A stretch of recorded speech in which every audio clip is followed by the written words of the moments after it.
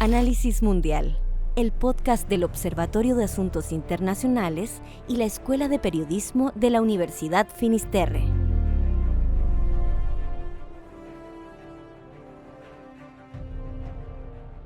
Hola, ¿cómo están? Bienvenidos a este nuevo episodio de Análisis Mundial, el programa en el que se aborda la actualidad y la contingencia internacional del Observatorio de Asuntos Internacionales de la Escuela de Periodismo de la Universidad Finisterre y que hoy puedes escuchar en Spotify y puedes ver en YouTube.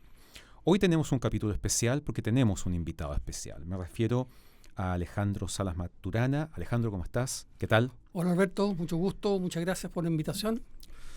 A nuestro público, a nuestras audiencias, les quiero presentar a Alejandro. Alejandro es coronel de aviación en retiro, ingeniero de ejecución en sistemas aeronáuticos, mención piloto de guerra y especialista en Estado Mayor.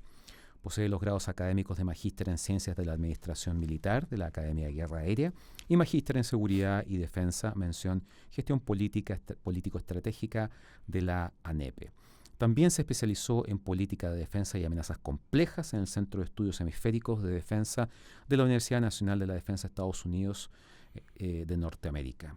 Entre 2009 y 2023 se desempeñó en la Academia Nacional de Estudios Políticos y Estratégicos, donde estuvo a cargo de diversas actividades, destacándose el tema de políticas, el jefe de investigación del Centro de Investigación y Estudios Estratégicos y jefe del citado centro. Bueno, sin duda que tu currículum, Alejandro, es muy extenso. En la actualidad tú eres investigador independiente y colaboras con la publicación digital Chile Defensa 21 Latinoamérica. En ese contexto, dado el área de investigación que tú abordas, en la que has profundizado, tú has desarrollado una aproximación bastante profunda a un concepto que no mucha gente conoce, pero que está muy vigente y es muy importante, que es la guerra cognitiva. Hoy día tenemos varios conflictos en desarrollo a nivel mundial. Está obviamente todo lo que ha pasado en Medio Oriente desde octubre del 2023. Tenemos la invasión rusa a Ucrania desde el 2022. Tuvimos este año en abril un breve conflicto, pero uno más de una larga lista entre India y Pakistán, etc. Entonces la gente lo que ve en este tipo de conflictos son tropas, drones, misiles, desplazamiento de unidades navales, etcétera, digamos, unidades aéreas. ¿Qué es la guerra cognitiva y por qué a la gente le tiene que importar, por qué tiene que saber qué es esto y qué está pasando en este minuto? Bueno, la guerra cognitiva, finalmente llamado como tal, es muy nuevo. Uh-huh. Sin embargo, es muy nuevo en Occidente, Okay. pero no en Rusia ni en China. Perfecto. Ellos tienen una conceptualización de esto de bastante tiempo. Ahora, como concepto, la guerra cognitiva no hay que mirarla como algo que está aislado. Perfecto. O sea, si hablamos de guerra cognitiva, junto con la guerra cognitiva estamos hablando de guerra psicológica, estamos hablando de guerra de la información, estamos hablando de operaciones de influencia. ¿Ah? ¿Eso coexiste con la guerra cognitiva o es parte de la guerra cognitiva? Se confunden. Perfecto. Yo he llegado a la conclusión de que ninguna de estas cosas las podemos mirar separadas. Perfecto. Porque uno cae en el error de tratar de encasillar de manera rígida el concepto. Y la verdad es que un concepto como este, que es tan complejo, no se entiende si uno lo separa. De acuerdo. Ahora, es cierto que es poco conocido en Occidente y que en verdad no deja de ser preocupante el hecho de que a la gente uno le habla de guerra cognitiva y en verdad no está familiarizado. No entiende realmente a lo que se llega en circunstancias que la viven todos los días. La estamos viviendo por los medios Uh-huh. de comunicación, la estamos viviendo en las redes sociales, la estamos viendo en la prensa, y ahí está presente la guerra cognitiva, mezclada con desinformación, con el manejo de la información de manera intencionada para lograr ciertos objetivos. Entonces, en esencia, la guerra cognitiva apunta a influir en las percepciones, en las emociones y en los comportamientos de las personas. Y finalmente, controlar su estado mental. De acuerdo. Esto es parte, hay un concepto que se me viene rápidamente a la mente, que es el de la guerra híbrida. ¿La guerra cognitiva es parte de la guerra híbrida? Es parte. Perfecto. Es parte. ¿Y por qué es parte? Porque la guerra híbrida, que es una mezcla de operaciones convencionales con operaciones no convencionales, incluye precisamente la guerra psicológica, la guerra de la información, la ciberguerra, y cuyo resultado termina en operaciones de influencia. O sea, si tomamos en cuenta que la guerra cognitiva esencialmente trabaja sobre la información que se mueve y cuyo resultado depende de cómo esa información se manipula o se maneja o se tergiversa. Sobre eso juega. Y el gran punto en este aspecto es que aquí entra la tecnología. O sea, si hablamos de guerra psicológica, esto es más antiguo que el hilo negro. Sin embargo, cuando entramos a hablar de uso de redes sociales, el uso de aspectos que tienen que ver con, incluso en la inteligencia artificial hoy en día, yo he visto videos de pronto de personas que no son reales. Claro. Y parecen reales. Entonces el engaño con eso está completo. Yo puedo subir un video como uno que vi, por ejemplo, del nuevo Papa al día siguiente, y él se daba como una bienvenida a su papado. De acuerdo. Y uno lo veía y era él, pero claramente no era él. Ahora, probablemente eso me ocurra porque yo he visto un montón de estas cosas. Entonces, tienes el ojo más tengo entrenado. el ojo más entrenado, pero la gente común y corriente no. Sencillamente cree en esto y nos encontramos en una situación complicada cuando se trata de buscar ciertos objetivos políticos, finalmente volviendo a la guerra cognitiva. Porque la guerra cognitiva no tiene sentido si no tiene objetivo. Claro. Entonces, para que tenga objetivo, no, en mi opinión, no puede ser menos que político. Uh-huh. O sea, esto es el propósito final al manipular las mentes de las personas y lograr ciertos resultados. Apunta precisamente a ciertos efectos que son políticos. Pueden tener en niveles de conducción más bajos. O sea, en lo estratégico puede haber, sí, por supuesto, si vamos a manipular a tropas a tropas de combate en el terreno, ¿se les puede manipular? Sí, también se les puede manipular. Pero eso está más cerca de la guerra psicológica o la propaganda. Ahí te quería hacer una consulta. Cuando vemos que un país A ejerce guerra cognitiva sobre un país B, básicamente busca alterar percepciones, opinión pública, actitudes, etc. Pero también la ejerce sobre otros países como para tratar de ir construyendo un relato distinto. A ver, trabajemos con ejemplos porque es más fácil entenderlo. Por ejemplo, China. Uh-huh. Tomemos a China. China ha desarrollado la guerra cognitiva con dos propósitos. Uno, que todo señala que va en dirección a Taiwán. Exacto. Por lo tanto, a partir de un objetivo que es súper claro y que todo el mundo lo conoce, que es que Taiwán vuelva a la China comunista. Ellos han creado un sistema que ha sido ideado y dirigido en el más alto nivel. Entonces, con los taiwaneses ocupan la intimidación militar. Ujú. Y es súper interesante eso, porque dice, bueno, ¿por qué la intimidación militar? Se supone que en la guerra cognitiva no se usa la fuerza letal.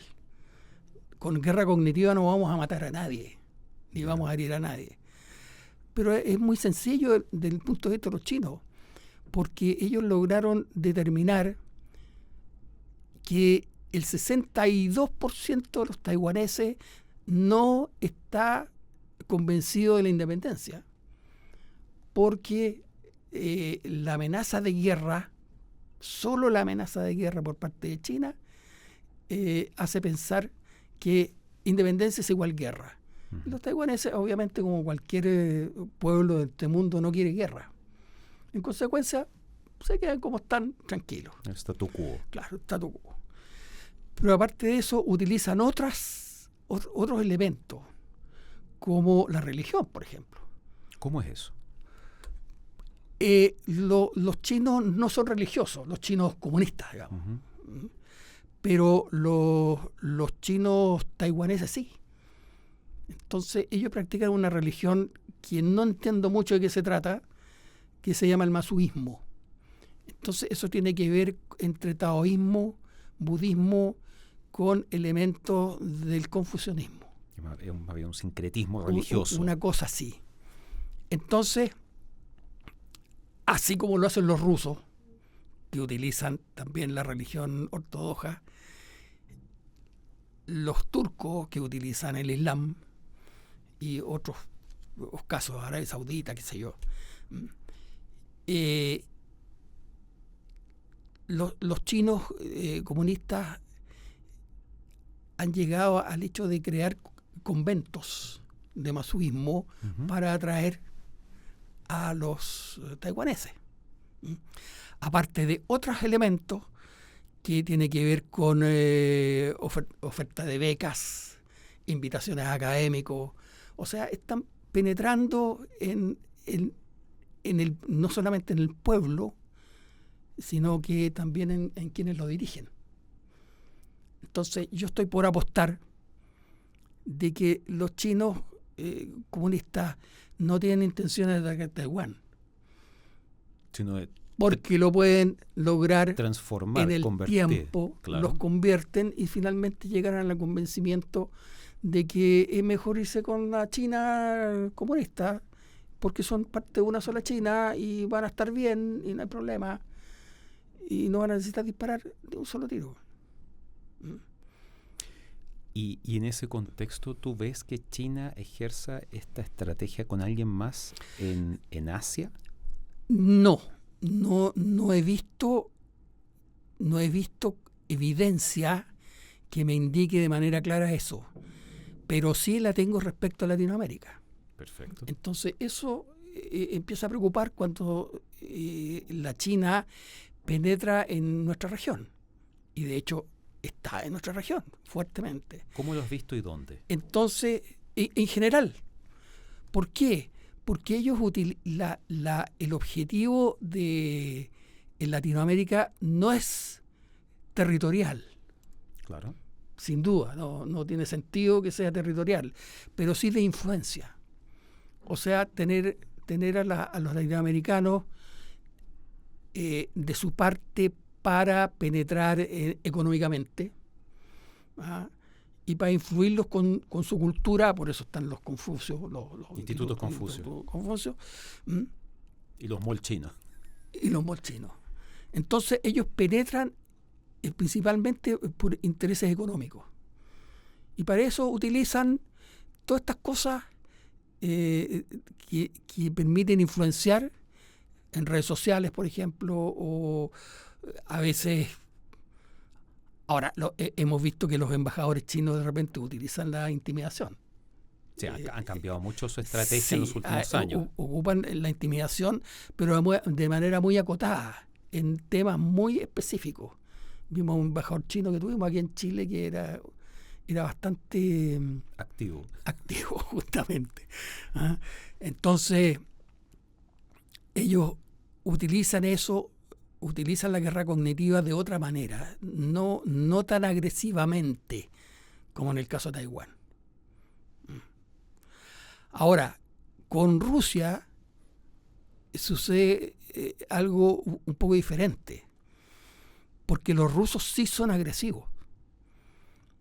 Y tú me preguntabas si esto se podía aplicar simultáneamente en diferentes países, pues los rusos lo han hecho.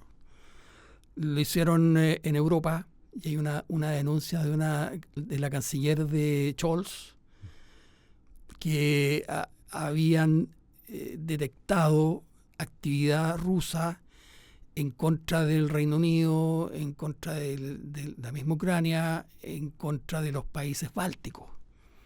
¿Mm? Ahora, el objetivo de los rusos no es agresivo, pero su propósito es desconcertar, molestar, crear división, crear desconfianza entre los países, generar desconfianza en los pueblos. En cierto modo lo hicieron durante la primera campaña de Trump. Claro. En que 2016 se detectaron del orden de los 350.000 personas influidas por Facebook. Claro, en ese momento esa plataforma fue muy importante para ese Pero tema de contenidos. Instagram también, con la diferencia que Instagram lo ocuparon no de manera más masiva, sino que lo focalizaron en la gente más conservadora. Ahora, ¿qué resultado obtuvieron ahí? No lo tengo claro. Pero que provocaron un efecto disruptivo, que es uno de los objetivos de la guerra cognitiva, claro. Ellos lo lograron. Bueno, y lo que han hecho en Ucrania con la propaganda de la desnazificación, terminar con la ¿cómo se llama? La corrupción, y con el objeto de volver a Ucrania bajo su alero. Pero los ucranianos parece que se han manejado bien. Todo indica que ellos han sido capaces de enfrentar esta amenaza rusa en el ámbito propagandístico, en el ámbito cognitivo, y han sabido resistir. Ahora, nosotros vemos de repente cómo las dudas que hay en Europa respecto al apoyo a Ucrania, que ahora parece que se ha logrado reafirmar, pero sin embargo estas mismas acciones, a mi juicio, van hacia que los países o no lleguen a acuerdo, o se enemisten, o se produzcan fricciones políticas lo suficientemente fuertes para que los objetivos de Ucrania o los objetivos de la Unión Europea o de la misma OTAN o norteamericana no resulten. Y con eso, y esas son cosas que no se ven, claro. no se detectan, simplemente la gente las vive. Entonces, aprovechándome de ese ejemplo, vámonos a Chile, a nuestro país. ¿Cómo ves tú ese escenario? Bueno, tenemos la guerra cognitiva todos los días. Entonces, mira, el ejemplo de lo que hizo la candidata Matei al denunciar que el republicano estaba haciendo una campaña sucia y todo lo que ella dijo. Yo no juzgo si está bien, está mal, es cierto o no es cierto. No. Pero uno de los objetivos declarados que los rusos hacen para emplear la guerra cognitiva es crear hostilidades y polémicas en campañas electorales, crear falsa percepción de enfrentamiento y desprestigiar a los rivales políticos. Ahí está. Ahí está, claramente. Ahora tenemos aquí instalado el canal RT. Russia Today. Russia Today. Por señal abierta, porque en el fondo uno en Chile podía ver Russia Today por internet, o incluso hay Claro, cable operadores claro. que dentro de la oferta de la parrilla tenían Russia Today, pero el gran debate ha sido que ahora está por una señal televisiva por aire abierta. Claro. Y uno lo ve. De hecho, ayer en la tarde me senté a ver noticias. Ujú. Y en otra oportunidad vi la entrevista que le hicieron a un ruso. Mira, lamentablemente no recuerdo exactamente quién era, pero era un personaje importante dentro de la región que es de influencia rusa. ¿Mm?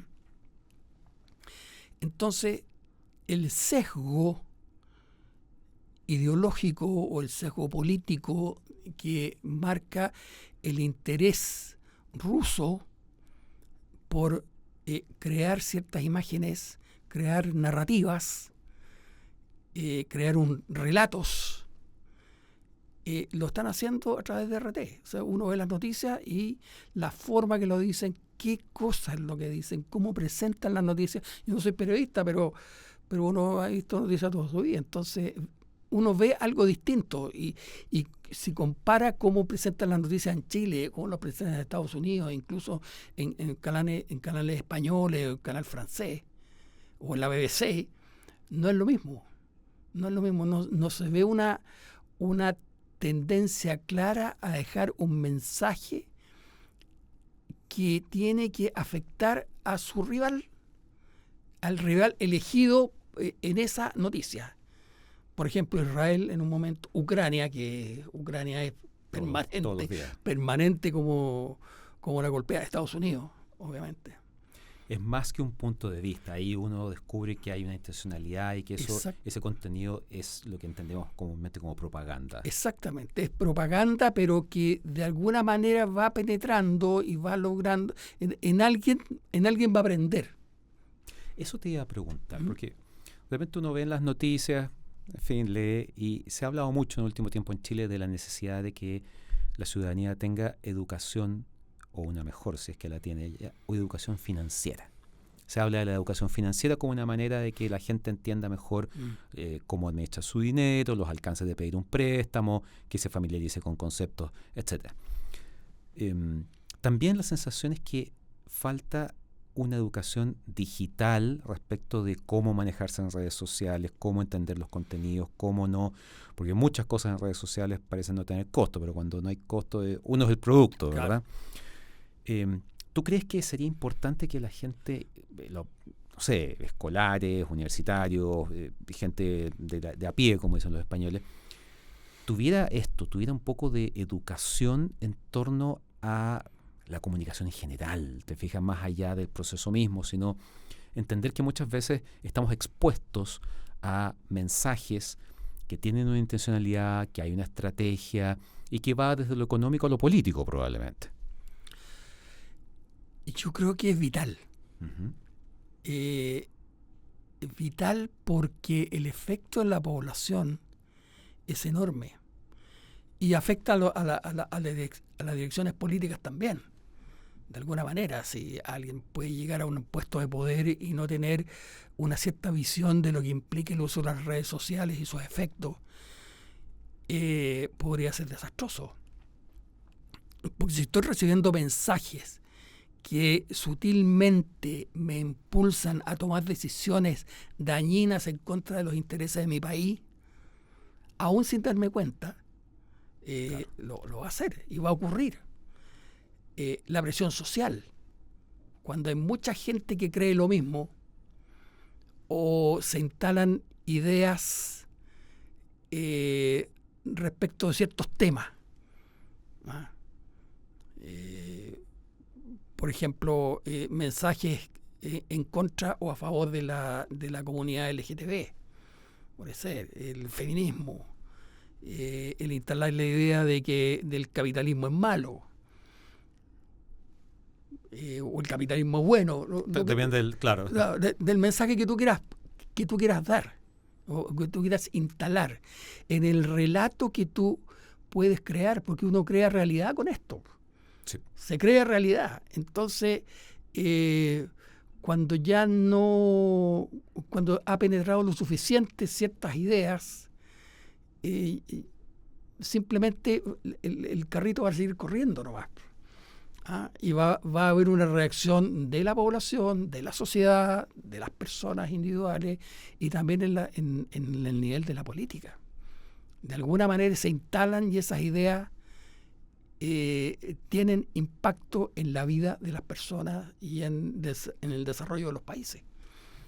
Cuando uno piensa en una guerra, por ejemplo, uno ve, sobre todo en Medio Oriente, este tema de los escudos antimisiles, ¿verdad? Que básicamente interceptan proyectiles enemigos en vuelo, evitan que caigan en los blancos, etcétera.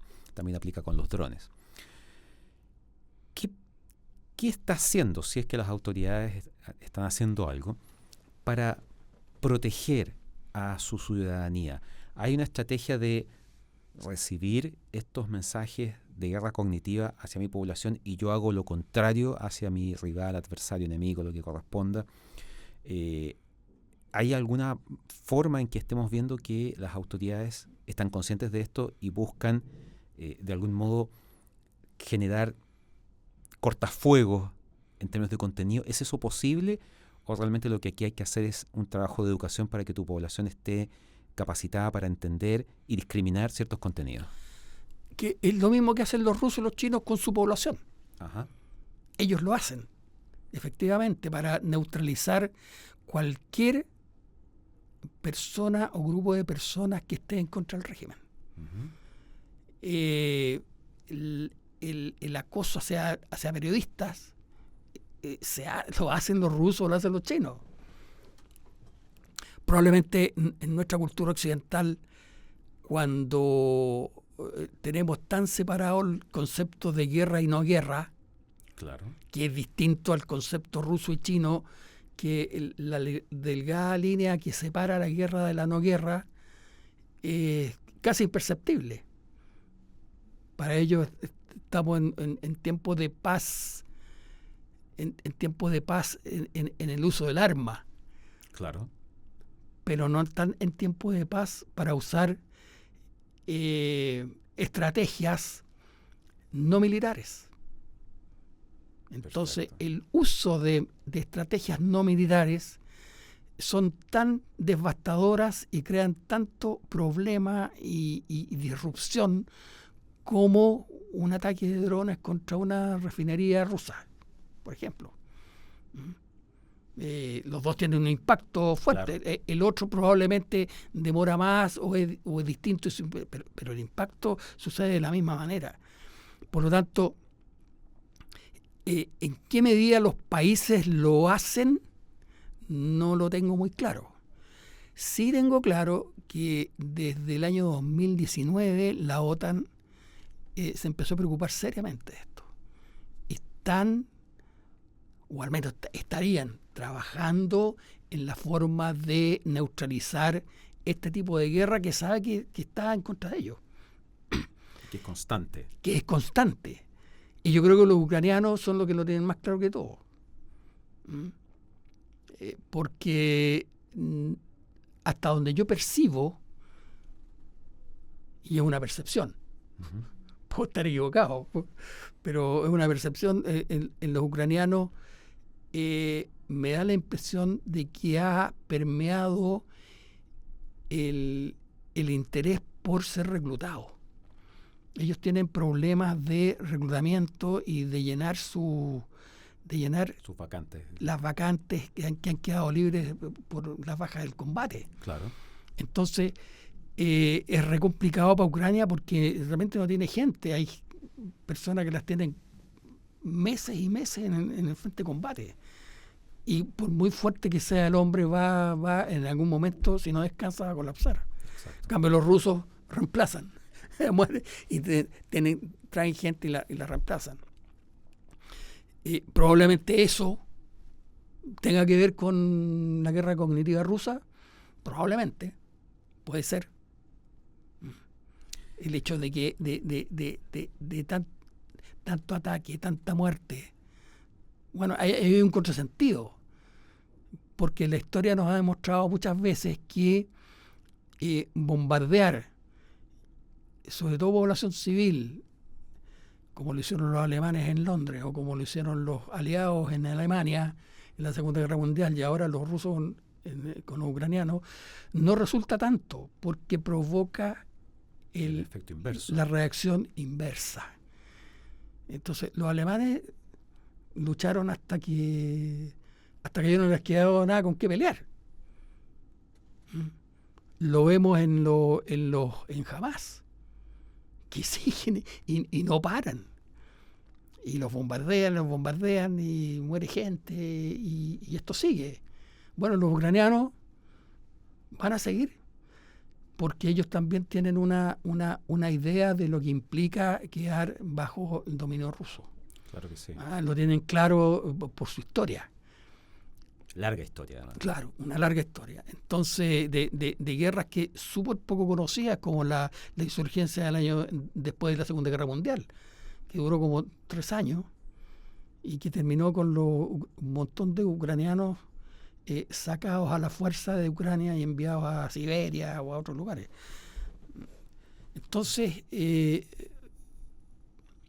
vemos que los países que entienden más de esto, y en el fondo a lo mejor hasta han sabido cómo aplicarla, al entender cómo funciona la guerra.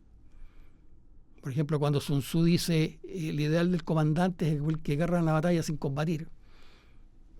Bueno, una idea de Sun Tzu hace miles de años atrás.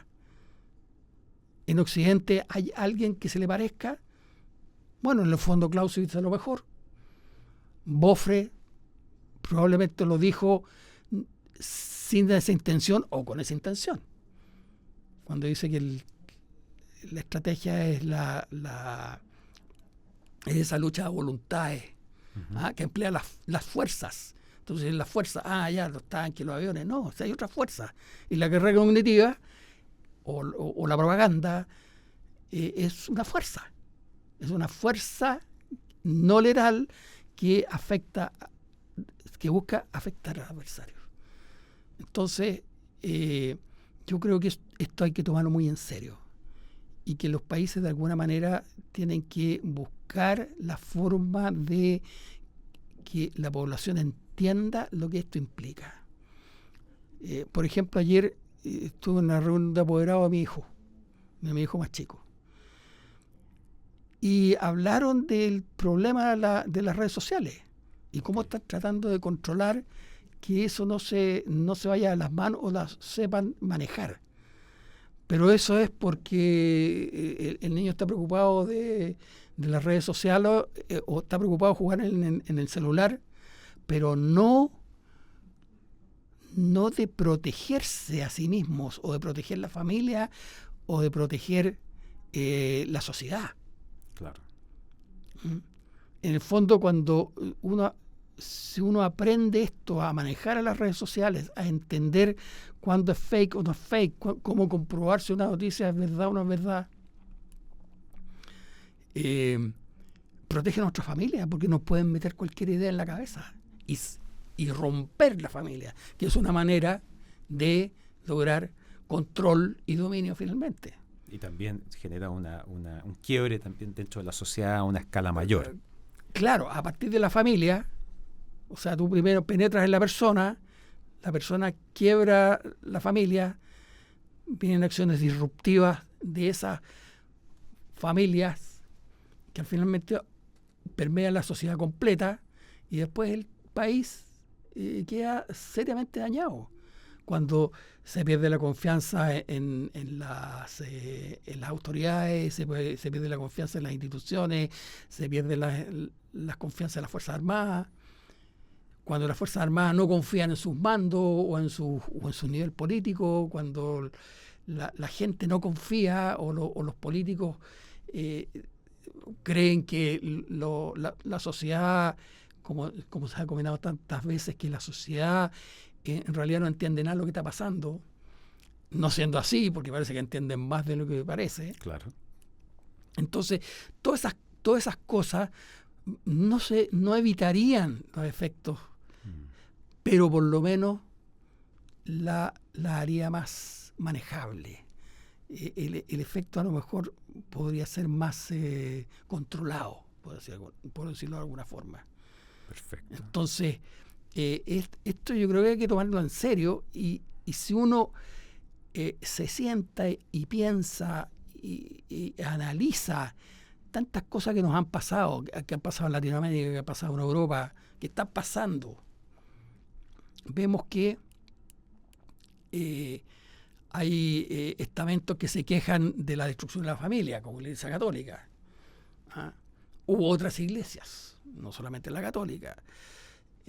Cuando se quejan que las instituciones no funcionan. Bueno, en muchos casos es cierto que no funcionan como uno desearía.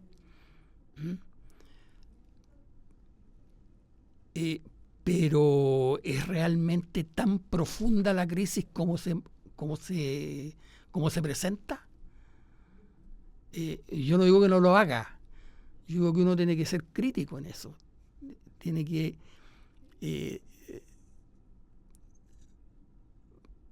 buscar evidencia que te confirme que efectivamente un hecho determinado es como se dice. Claro, un trabajo de contrastar información, claro. Buscar más de una fuente y sobre todo tener una posición de pensamiento crítico frente a una serie de contenidos, noticias, etcétera. Entonces, frente a lo cual estamos expuestos. Si a los niños o a nuestros hijos le enseñamos a tener pensamiento crítico, a desarrollarlo, a no tragarse la rueda de carreta con lo cual lo tratan de comulgar, y eso lo hacemos en la casa, y entiendan el impacto que puede tener de repente entender mal algo y dejarse influir y arrastrar por eso, es dañino para la familia y finalmente va a ser dañino para la sociedad. Por eso es tan delicado, y obviamente eso se enfrenta con personas, organizaciones que utilizan esto precisamente para provocar efectos disruptivos en la sociedad. Claro que sí. Con la intención de, obviamente, al final ganar el poder. Así, a toda escala y en cualquier escenario mundial. Y ejemplo, no vamos a poner a dar ejemplos, porque ejemplos tenemos en todas partes, todos los días. Son cosas que están pasando. Exactamente. Alejandro, te agradezco, muchas gracias por venir a Análisis Mundial, por traernos e instalar este tema que sin duda que genera debate, que para algunos puede ser nuevo, tal vez para otros no tanto, pero que está fuera de discusión, que es muy vigente y frente a lo cual es importante, como lo mencionábamos hace un minuto, en medio de esta marea constante a la cual estamos expuestas, de contenidos, televisión, redes sociales, la internet en general, y que tiene una dimensión en el contexto con grandes conflictos, ¿verdad? Tú lo mencionabas, el caso China-Taiwán, Rusia-Ucrania. Hay que estar atentos, hay que desarrollar ese pensamiento crítico que tú mencionabas y pensar que efectivamente hay organizaciones, personas, etcétera, que al otro lado del mundo, al otro lado de la pantalla, están construyendo una estrategia, están construyendo contenidos con una intencionalidad que, si uno lo lleva a algo quizá mucho más simple, bueno, es la publicidad, la intencionalidad de que compres tal o cual marca, tal o cual bebida, qué sé yo, pero llevado a este otro extremo, estamos hablando de cosas mucho más complejas, peligrosas e importantes, como es el tema de las sociedades, del uso político, y que eso tiene un impacto en términos dramáticos muchas veces en nuestras sociedades. Lo más delicado de eso es que al final ese relato tú lo aceptas como real. Exacto. Tú lo aceptas sin mayor análisis o sin mayor crítica. Y lo aceptas como un hecho de la causa y estás tan acostumbrado a que es así, no hay problema. Claro. Hasta que ves las llega un momento consecuencias. en que cuando ves las consecuencias ya fue tarde. Exacto. Lamentablemente, eso es lo más grave de esta situación. Alejandro Salas, muchísimas gracias por acompañarnos, y a todos ustedes los invitamos no solamente a escuchar este capítulo de Análisis Mundial, sino también los otros capítulos que tenemos disponibles. Ya hay varias temporadas en Spotify, ahora estamos también en YouTube. En ese contexto no me queda más que agradecerles, dejarlos invitados a los próximos episodios, y no olviden que aquí estamos en Análisis Mundial, el programa de análisis de la política internacional y sus alcances del Observatorio de Asuntos Internacionales de la Escuela de Periodismo de la Universidad Finisterre. Nos encuentran en Spotify y también en YouTube. Muchísimas gracias. Gracias, Alberto. Análisis Mundial, el podcast del Observatorio de Asuntos Internacionales y la Escuela de Periodismo de la Universidad Finisterre. Síguenos en Instagram como obsinterfinis.